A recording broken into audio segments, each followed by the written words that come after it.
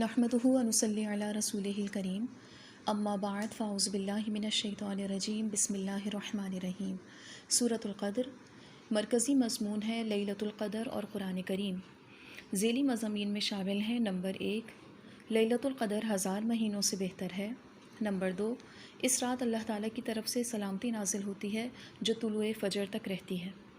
اگر ہم سورہ قدر کا زمانہ نزول دیکھیں تو آغاز وحی سے 3 نبوی تک اس کا زمانہ نزول ہے۔ مکہ میں نازل ہوئی۔ اللہ تعالیٰ ارشاد فرماتے ہیں: انا انزلناہ فی لیلۃ القدر، ہم نے اس کو شب قدر میں نازل کیا۔ لفظی ترجمہ: انا بے شک ہم نے، انزلناہ نازل کیا اس کو، فی لیلۃ القدر قدر والی رات میں۔ ہم کہہ کر اللہ تعالیٰ نے اپنی طرف اشارہ کیا ہے۔ یہ بادشاہی انداز ہے۔ عظیم الشان کام کی طرف اشارہ کرتے ہوئے یہ ضمیر لگائی، لیکن اللہ وحدہ لا شریک ہے، جیسا کہ قرآن میں ارشاد ہے: اننی انا اللہ، بے شک میں ہی اللہ ہوں، فاعبدنی، صرف میری عبادت کرو۔ انزلہ، اس کا مطلب ہے ایک وقت میں سب کچھ نازل کرنا۔ کیونکہ قرآن کریم کا نزول لوح محفوظ میں یک بار ہی کر دیا، اس لیے اشارہ کر کے فرمایا: انا انزلناہ فی لیلۃ القدر۔ پھر جب زمین میں رسول اللہ صلی اللہ علیہ وآلہ وسلم پر قرآن نازل کیا تو وقتاً فوقتاً تھوڑا تھوڑا کر کے تقریباً 23 سال کے عرصے میں مکمل قرآن کا نزول ہوا۔ جب قرآن کریم نازل ہوا تو ہر کافر مومن کی زبان پر اس کا ذکر تھا۔ تبھی نام لے کر نہیں کہا بلکہ صرف اشارہ کر دیا، اور سب بہت آسانی سے سمجھ گئے کہ یہ قرآن ہی ہے جس کو لیلۃ القدر میں نازل کیا گیا ہے۔ وما ادراک ما لیلۃ القدر، یہ رات کیسی ہے؟ یہ تقدیر کے فیصلوں والی رات ہے۔ کیسے فیصلے؟ یعنی بارش کتنی اور کب برسنی ہے، کون پیدا ہوگا، کون مرے گا، اس شب قدر سے اگلی شب قدر تک کس کا کتنا رزق ہے، کس کی شادی ہوگی، کس کے ساتھ کیا معاملہ ہوگا۔ یہ سارے فیصلے جو کہ پہلے سے طے شدہ ہیں فرشتوں کو دے دیے جاتے ہیں۔ جیسے میکائیل علیہ السلام کو بتایا جاتا ہے کہ آئندہ سال اس جگہ اتنی بارش برسائی جائے، پوری سالانہ پلاننگ ہے۔ نمبر 2، یہ قابل قدر رات ہے، یعنی جو اس رات نیکی کرے گا وہ نیکی بڑی قابل قدر ہوگی۔ جیسے اگر کوئی عام رات میں نماز پڑھے گا لیکن اگر وہی نماز لیلۃ القدر میں پڑھتا ہے تو اس کا اجر 1000 گنا بڑھا کر دیا جائے گا۔ نمبر 3، اس رات اتنے فرشتے نازل ہوتے ہیں کہ جگہ تنگ پڑ جاتی ہے۔ نمبر 4، اللہ کی نظر میں میری کتنی قدر ہے، ہمیں یہ جاننے کی کوشش کرنی چاہیے۔ جس کی کوئی قدر نہیں وہ پڑا سوتا رہے گا، اس کو اس رات کی اہمیت کا کوئی اندازہ نہیں، اسے اس رات کا کوئی انتظار نہیں ہوگا۔ اس رات عبادت کے بجائے وہ اپنے روزمرہ کے کام ہی نمٹاتا رہے گا۔ وما ادراک ما لیلۃ القدر، اللہ تعالیٰ نے اس آیت میں سوال کیا ہے، یعنی تم تو اس کی عظمت سمجھنے سے قاصر ہو، تم کیا جانو کہ یہ لیلۃ القدر کیا ہے؟ اور اللہ تعالیٰ نے انسان کے قاصر ہونے کی وجہ سے خود ہی اس کا جواب دیا: لیلۃ القدر خیر من الف شہر، لیلۃ القدر 1000 مہینوں سے بہتر ہے، یعنی یہ ایک رات تقریباً 83 سال کی عبادت سے بہتر ہے۔ ہمارے یہاں اگر عام طور پر یہ عمر دیکھی جائے تو کوئی بھی 83-85 سال تک مکمل اپنی زندگی میں عبادت نہیں کرتا، کیونکہ عبادت فرض ہونے کا وقت اور کب انسان عبادت خوش اسلوبی سے کرنے کا پابند ہوتا ہے۔ بسا اوقات بڑھاپے اور بیماری کی وجہ سے عبادت نہیں ہو پاتی، اور پھر سارا دن کون نماز پڑھتا ہے یا زکوٰۃ دیتا ہے، نوافل پڑھتا ہے یا قرآن کی تلاوت کرتا ہے یا ذکر کرتا ہے، تو 83 سال کسی کی بھی زندگی میں مکمل عبادت کے نہیں گزرتے۔ لہٰذا اس رات اگر دل لگا کر انسان عبادت کر لے، نماز، تلاوت، ذکر، تسبیحات، تو اس کی فضیلت ایسی ہے کہ لگاتار 83 سال اس نے عبادت بجا لائی، 83 سال اس نے لگاتار تلاوت کی، 83 سال اس نے لگاتار ذکر کیا، 83 سال لگاتار اس نے تسبیحات کی، 83 سال لگاتار اس نے صدقہ کیا۔ الحمدللہ رب العالمین۔ اللہ کی مہربانیاں بے حد و بے حساب ہیں۔ پھر 83 سالوں میں ہر سال رمضان اور اس میں لیلۃ القدر آئے گی تو یہ اجر بڑھتا بڑھتا بڑھتا چلا جائے گا، ملٹی پلائی ہو کر اجر یہ بڑھتا چلا جائے گا۔ اجر کا لامتناہی سلسلہ ہے۔ امام مالک رحمہ اللہ فرماتے ہیں، انہوں نے بعض معتمد علماء سے یہ بات سنی کہ رسول اللہ صلی اللہ علیہ وآلہ وسلم کو آپ سے پہلے لوگوں کی عمریں دکھائی گئیں، تو آپ کو ایسا محسوس ہوا کہ آپ کی امت کی عمریں ان سے کم ہیں، اور اس وجہ سے وہ ان لوگوں سے عمل میں پیچھے رہ جائیں گے جن کو عمر لمبی دی گئی ہے۔ تو اللہ تعالیٰ نے اس کمی کو اس طرح پورا کیا کہ امت محمدیہ کے لیے لیلۃ القدر عطا فرما دی، جو 1000 مہینوں سے بہتر ہے۔ سوال یہ ہے کہ جب یہ اتنی قیمتی رات ہے تو اللہ تعالیٰ نے اس کے بارے میں بتا کیوں نہیں دیا کہ یہ کون سی رات ہے؟ اس کی کئی حکمتیں ہیں۔ نمبر 1، زیادہ سے زیادہ راتوں تک مسلمان عبادت کریں۔ نمبر 2، اگر یہ رات بتا دی جاتی تو لوگ اس ایک رات کی اتنی قدر نہ کرتے، یعنی اس کو تلاش کرنے کی کوشش نہ کرتے، یعنی اس میں امت کے لیے نقصان کا اندیشہ تھا کہ اس بتانے کے باوجود اس رات عبادت نہ کی جاتی۔ نمبر 3، کیونکہ ہر سال یہ رات بدل کر آتی ہے، اس وجہ سے بھی اسے خاص نہیں کیا گیا۔ نمبر 4، اللہ کے نبی صلی اللہ علیہ وآلہ وسلم نے یہ بتا دیا کہ یہ رات رمضان کے آخری عشرے کی طاق راتوں میں ہے۔ بخاری کی حدیث ہے، آپ صلی اللہ علیہ وآلہ وسلم نے فرمایا، تحروا لیلۃ القدر فی الوتر من عشر الاواخر من رمضان۔ ایک جگہ آپ نے فرمایا، التمسوها فی عشر الاواخر، اسے آخری عشرے میں تلاش کرو۔ ثابت یہ ہوتا ہے ان راتوں کو جاگ کر عبادت کریں۔ ہم سارا سال سوتے ہیں، کبھی اللہ کے کہنے پر، اللہ کے شوق دلانے پر جاگ جائیں۔ تھکے ہارے نہ جاگیں، شوق سے جاگیں، بے مقصد نہ جاگیں، نماز، تلاوت، ذکر کرتے ہوئے جاگیں۔ اس رات کی عبادت کے لیے خاص طور پر اہتمام کریں، یعنی اپنے آپ کو دن بھر تھکن کے کاموں سے بچائیں تاکہ رات کو عبادت کر سکیں۔ جب پسندیدہ رات کی بات ہو رہی ہے تو ناپسندیدہ جگہوں پہ یہ رات نہ گزاریں۔ ناپسندیدہ جگہیں کون سی ہیں؟ حدیث میں آتا ہے، نبی کریم صلی اللہ علیہ وآلہ وسلم نے فرمایا، زمین میں اللہ کی پسندیدہ جگہیں مساجد ہیں، اور زمین میں اللہ کی ناپسندیدہ جگہیں بازار ہیں۔ بھرپور توجہ عبادت پہ رہے۔ اس رات عید کی تیاری نہ کریں، اپنے کاموں کے لیے نہ جاگیں، ساری مصروفیات ترک کر دیں۔ سیدہ عائشہ رضی اللہ تعالیٰ عنہ نے رسول اللہ صلی اللہ علیہ وآلہ وسلم سے سوال کیا جو بڑا ہی بامقصد ہے، اے اللہ کے نبی، اگر اس رات کو پالوں تو کیا دعا مانگوں؟ آپ نے فرمایا، عائشہ تم پڑھو، اللہم انکا عفو کریم تحب العفو فاعف عنی۔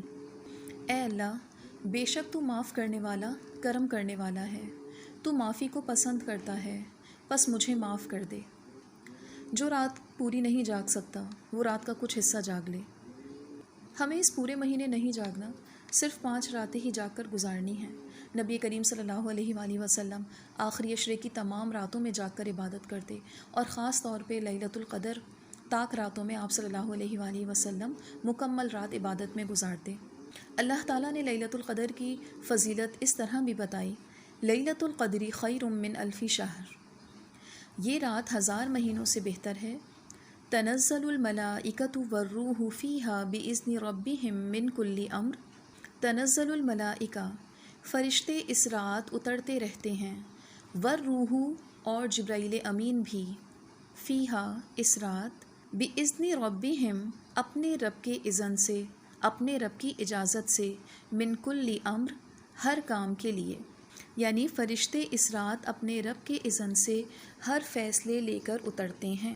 سلام ہی حتی مطلع الفجر، یہ رات سراسر سلامتی ہے، حتی، یہاں تک کہ، مطلع الفجر، فجر طلوع ہو جائے۔ فرشتے وہ مخلوق جو آسمان پر رہتی ہے، اس رات یہ فرشتے زمین پر اترتے ہیں، تعداد میں بہت زیادہ ہیں، گنے نہیں جا سکتے۔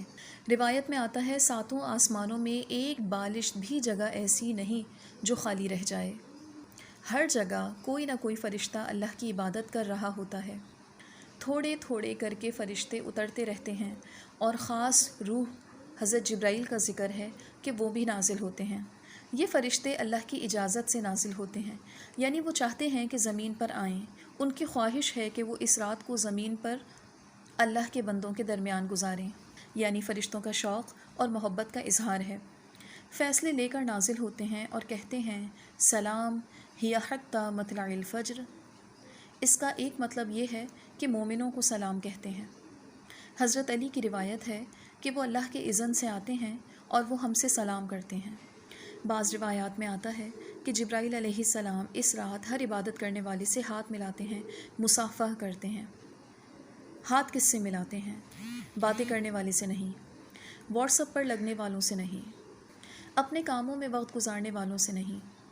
لہٰذا اس رات کو انفرادی عبادت بنانے کی ضرورت ہے۔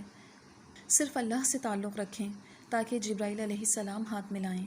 اس رات ادھر ادھر جانے کی ضرورت نہیں۔ مسجد سے تراویح کے بعد اپنے گھر میں عبادت کریں۔ علماء کے اقوال سے ثابت ہے کہ جبرائیل سے ملاقات کی کچھ علامات ہیں۔ اگر مومن عبادت کر رہا ہے اور عبادت کرتے کرتے اس کے رونگٹے کھڑے ہو جائیں، دل نرم پڑ جائے، رونا آ جائے، یہ علامت ہے کہ حضرت جبرائی علیہ السلام اس بندے سے ہاتھ ملاتے ہیں۔ فرشتے زمین پر آتے ہیں، وہ کیوں آنا چاہتے ہیں؟ زمین پر آ کر وہ مخلوق کی ایسی عبادتیں دیکھتے ہیں جو انہوں نے آسمان پر نہیں دیکھی ہوتی، جیسے کسی گناہ گار کا رونا اور اللہ سے معافی مانگنا۔ ایسا ہمیشہ اکیلے میں ہوتا ہے، یہ آسمان پر نہیں ہوتا کیونکہ فرشتے گناہ نہیں کرتے۔ تو فرشتوں کو اس بندے کا رونا اور اپنے گناہوں پر معافی مانگنا بڑا حیرت انگیز کر دیتا ہے۔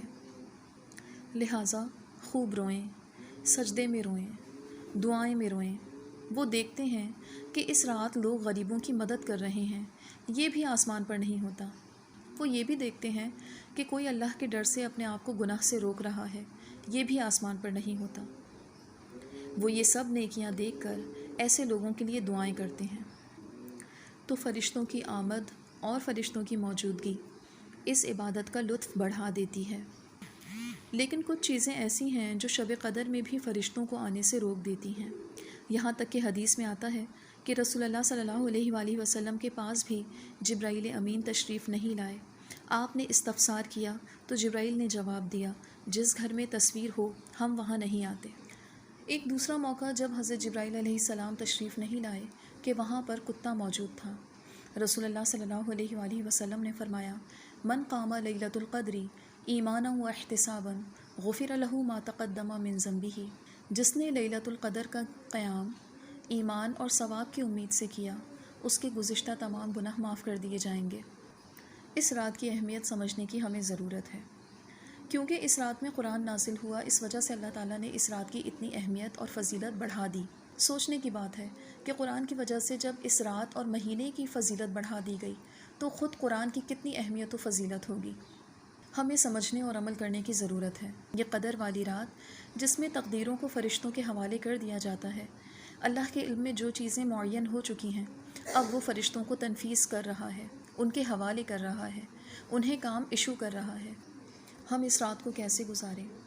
یہ بات یاد رکھنے کی ضرورت ہے کہ مغرب کے بعد رات کا آغاز ہو جاتا ہے، شب شروع ہو جاتی ہے، تو مغرب کے ہی بعد سے سیدہ عائشہ کو بتائی گئی دعا اس کو پڑھنا شروع کر دیں۔ اللہم انک عفو کریم تحب العفو فاعف عنی۔ اس دعا کو بار بار پڑھیں، چلتے پھرتے پڑھیں۔ اس کے علاوہ اس شب میں بھی قیام اللیل کا اہتمام کریں، قیام زیادہ لمبا کریں۔ نبی کریم صلی اللہ علیہ وآلہ وسلم کی احادیث سے ثابت ہے، رسول اللہ نے فرمایا، جو شخص قرآن کی 100 آیات کی تلاوت کر لے اس کے نامہ اعمال میں پوری رات کا قیام لکھا جاتا ہے۔ اگر ہم 100 آیات 30ویں پارے سے پڑھیں تو یہ چھوٹی ہیں اور فوراً پڑھی جاتی ہیں، اللہ تعالیٰ کے ہاں اجر محفوظ ہو جاتا ہے۔ ایک حدیث میں آتا ہے، رسول اللہ نے فرمایا، جو شخص 1000 آیات کی تلاوت کرتا ہے اس کے لیے 1000 حاملہ اونٹنیاں اجر کی لکھ دی جاتی ہیں۔ نیز اس کے لیے ایسا خزانہ لکھ دیا جاتا ہے کہ زمین و آسمان کے خزانے جمع کر کے بھی اس کی قیمت ادا کی جائے تو اس کی قیمت ادا نہیں کی جا سکتی۔ الحمدللہ علماء نے اتنی محنت کر لی ہے۔ جو حافظ قرآن نہیں ہے وہ 29واں اور 30واں پارہ پڑھ لے تو ان 2 پاروں میں آیات کی تعداد 1000 سے زیادہ ہو جاتی ہے۔ یعنی جو شخص 1000 آیات کی تلاوت کر لیتا ہے، 1000 حاملہ اونٹنیاں اس کے لیے اجر میں لکھ دی جاتی ہیں۔ کون اتنی طاقت رکھتا ہے کہ اتنی اونٹنیاں صدقہ کرے، اتنی آمدن اس کی ہو، یا اتنی وہ محنت کرے، اور رب العالمین نے ایک رات میں ہی کچھ ہی وقت میں اللہ تعالیٰ نے انسان کو اتنا اجر دے دیا۔ ہمیں اپنی پوری زندگی میں اس عادت کو اپنانی ہے۔ اگر مشکل ہے تو کم از کم ہفتے میں 1 دفعہ ضرور اپنائیں، ورنہ ہر طاق رات میں اس کا اہتمام کریں۔ 1000 آیتوں کا قیام مقدر میں لکھا جا سکتا ہے۔ صحابہ اکرام کے احوال دیکھیں تو وہ 3 دن میں قرآن مکمل کر لیا کرتے تھے۔ ان طاق راتوں میں اللہ سے اپنا کنیکشن مضبوط کرنا ہے، اور کنیکشن مضبوط کرنے کا سب سے بہترین ذریعہ قرآن کریم ہے، جس کا ایک سرا ہمارے ہاتھ میں ہے اور دوسرا سرا اللہ کے پاس۔ اس تعلق کو مضبوط کریں۔ یہ اللہ کا کلام ہے جس کے ذریعے اللہ تعالی ہم سے مخاطب ہوا۔ ان 10 دنوں میں دنیا سے رابطے کم کر دیں۔ یہ اللہ کے ساتھ تجارت کا مہینہ ہے، اللہ سے رابطے بڑھانے ہیں۔ طاق رات صرف ایک رات عبادت کا نام نہیں، بلکہ ان 9-10 راتوں میں عبادت کا ایک شیڈول بنائیں۔ انشاءاللہ لیلۃ القدر کو پالیں گے۔ آج کل راتیں بہت چھوٹی ہیں، 8.5-9 گھنٹے کی ایک رات ہے، جو 83 سال کی عبادت سے بہتر ہے۔ ہمیں ان راتوں میں خود غرض بننا ہے، صرف عبادت میں لگ جائیں، چھوڑ دیں دنیا کے کام، چھوڑ دیں اپنی دیگر مصروفیات۔ ہر 1 گھنٹہ 10 سال کے برابر ہے۔ اس رات کا 1 منٹ 60 گھنٹوں کے برابر ہے، 60 گھنٹوں پر بھاری ہے۔ مطلب یہ ہے کہ بندے نے 83 سال اللہ کے سامنے قیام کیا ہے۔ اس رات اگر صدقہ کیا جائے تو اللہ تعالیٰ 83 سال صدقہ کرتا ہوا ہمیں لکھ دے گا۔ مزید اس رات میں کرنے کے کام کیا ہیں؟ تسبیح کو عادت بنائیے۔ نبی صلی اللہ علیہ وآلہ وسلم کی روایت ہے، آپ نے فرمایا، جو شخص فرض نماز کے بعد تسبیحات کو پورا کرے، اس طرح کے 100 کے عدد کو پورا کر لے، اس کے لیے بشارت ہے کہ اگر اس کے گناہ سمندر کی جھاگ کے برابر ہوں تو بھی معاف کر دیے جائیں گے۔ اندازہ لگائیے دنیا کا کتنا حصہ پانی پر مشتمل ہے، اور اس سمندر میں، اس پانی میں کتنی جھاگ ہے۔ اللہ تعالیٰ نے اس کی طرف اشارہ کر کے فرمایا کہ اگر سمندر کے برابر بھی، سمندر کی جھاگ کے برابر بھی انسان کے گناہ ہوں گے تو وہ اس تسبیح سے معاف کر دیے جائیں گے، بخش دیے جائیں گے۔ تسبیح کیا ہے؟ سبحان اللہ، الحمدللہ، لا الہ الا اللہ، واللہ اکبر۔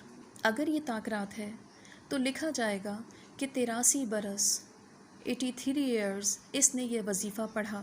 اپنا چارٹ بنائیے، اس کو عادت بنائیے۔ عشاء کی نماز اس کے بعد سنتیں ضرور پڑھیں، کیونکہ حدیث سے ثابت ہے کہ جس شخص نے سنتوں کی ادائیگی کی اس کے لیے جنت میں ایک محل تعمیر کر دیا جاتا ہے۔ جب قیام سے تھک جائیں تو اس کے بعد تھوڑا سا ٹہل کر تسبیحات مکمل کر لیجئے۔ اس کے بعد پھر قرآن کی تلاوت کریں۔ جب تھکنے لگیں تو پھر تسبیح شروع کر دیں۔ اس کے علاوہ استغفر اللہ ربی من کل ذنب واتوب الیہ، لا الہ الا اللہ وحدہ لا شریک لہ، لہ الملک ولہ الحمد وہو علی کل شیء قدیر۔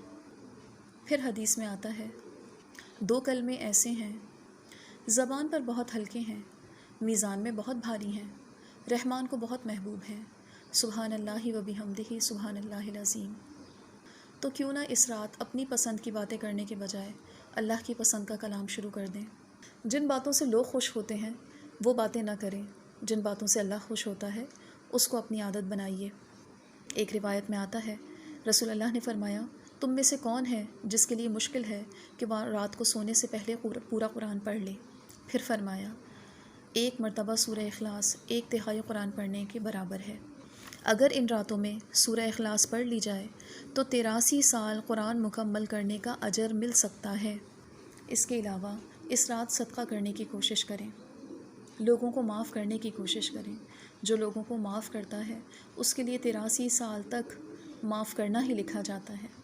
اللہ تعالیٰ نے قرآن میں ارشاد فرمایا، کتاب انزلناہ الیک مبارک لیدبروا آیاتہ ولیتذکر اولو الالباب۔ ہم نے ایک ایسی کتاب آپ کی طرف نازل کی ہے جو بابرکت ہے۔ ابھی ان احادیث سے ہمیں ثابت ہو گیا کہ قرآن کریم کا پڑھنا نہایت برکت والا عمل ہے۔ تھوڑا سا قرآن پڑھنے سے انسان اجر سے مالا مال ہو رہا ہے۔ لیدبروا آیاتہ، تاکہ اس کی آیات پر غور کیا جائے، چاہیے کہ اس کی آیات پر غور کیا جائے۔ رسول اللہ نے صحابہ سے فرمایا، تم میں سے کون ہے جو صبح سویرے وادی عقیق جائے اور وہاں سے 2 اونٹنیاں لے کر آئے جو حاملہ ہوں، اونچی کوہان والی ہوں؟ یاد رہے وادی عقیق ایک دور وادی تھی اور وہاں کی اونٹنیاں نہایت قیمتی اور مہنگی تھیں۔ صحابہ اکرام نے عرض کیا، اے اللہ کے نبی، ہم اس سفر سے اور اس مشقت سے عاجز ہیں۔ رسول اللہ نے فرمایا، اگر کوئی شخص صبح مسجد جا کر 2 آیتوں کو سیکھ لے، اس کا پڑھنا، سمجھنا، اس کا غنہ، اس کا مد تو تمہارے نامہ اعمال میں 2 اونٹنیاں لکھ دی جاتی ہیں، گویا تم نے انہیں اللہ کی راہ میں صدقہ کیا۔ ہم میں سے ہر شخص ہر فجر میں ایسا صدقہ کرنے سے عاجز ہے، لیکن اگر قرآن کی آیات کو سیکھ لیا جائے، اس کے تلفظ کی درستگی کر لی جائے، اس کا معنی مفہوم سمجھ لیا جائے اور نیت کر لی جائے کہ اس آیت پر عمل کرنا ہے، تو رب العالمین اس تھوڑے سے وقت میں اتنی برکت دیتا ہے، گویا آپ نے اتنی کمائی کر لی جس سے 2 مہنگی اونٹنیاں خریدی جا سکتی ہیں، اور پھر اتنا آپ کے وقت میں برکت دے دیا کہ آپ نے اس کو صدقہ کر دیا۔ رب العالمین ایسے شخص کے لیے یہ اجر لکھ دیتا ہے۔ اب دیکھتے ہیں کہ اس رات میں عبادت نہ کرنے والوں کے لیے کیا وعید ہے۔ حضرت جبراۃیل امین نے دعا کی، نامراد ہو وہ شخص جو رمضان کا مہینہ پائے اور اپنی مغفرت نہ کروا سکے۔ رسول اللہ نے فرمایا آمین۔ قرآن کی آیت ہے، وَمَنْ أَعْرَضَ عَنْ ذِكْرِي فَإِنَّ لَهُ مَعِيشَةً ضَنْكًا وَنَحْشُرُهُ يَوْمَ الْقِيَامَةِ أَعْمَىٰ۔ اللہ کا ذکر نہ کرنے والے کے لیے اس کی معیشت تنگ کر دی جاتی ہے، یعنی پیسہ تو آتا ہے لیکن ساتھ بیماریاں، پریشانیاں اور تکلیفیں لے کر آتا ہے۔ ایک جگہ قرآن میں فرمایا، جو رحمان کے ذکر سے اعراض کرتا ہے رب العالمین شیطان کو اس کا ساتھی بنا دیتا ہے۔ اسی طرح ایک روایت میں آتا ہے، جو شخص رات کو 10 آیات کی تلاوت نہیں کرتا وہ غافلوں میں لکھ دیا جاتا ہے۔ تو ہمیں کوشش کرنی ہے کہ ہماری معیشت تنگ نہ ہو جائے، قیامت کے دن ہمیں نابینا نہ اٹھایا جائے۔ ہمیں کوشش کرنی ہے کہ شیطان کو اپنا ساتھی نہ بنائیں۔ ہمیں کوشش کرنی ہے کہ ہمارا شمار غافلوں میں نہ ہو۔ الحمدللہ اللہ کا احسان ہے کہ ہر بندہ مومن سونے سے پہلے اتنی آیات تلاوت کر لیتا ہے۔ کیا ہم چاروں قل، آیت الکرسی پڑھ کر نہیں سوتے؟ تو ان آیات کا شمار بھی کریں تو تقریباً 20 سے 25 آیات بنتی ہیں۔ وآخر دعوانا ان الحمدللہ رب العالمین۔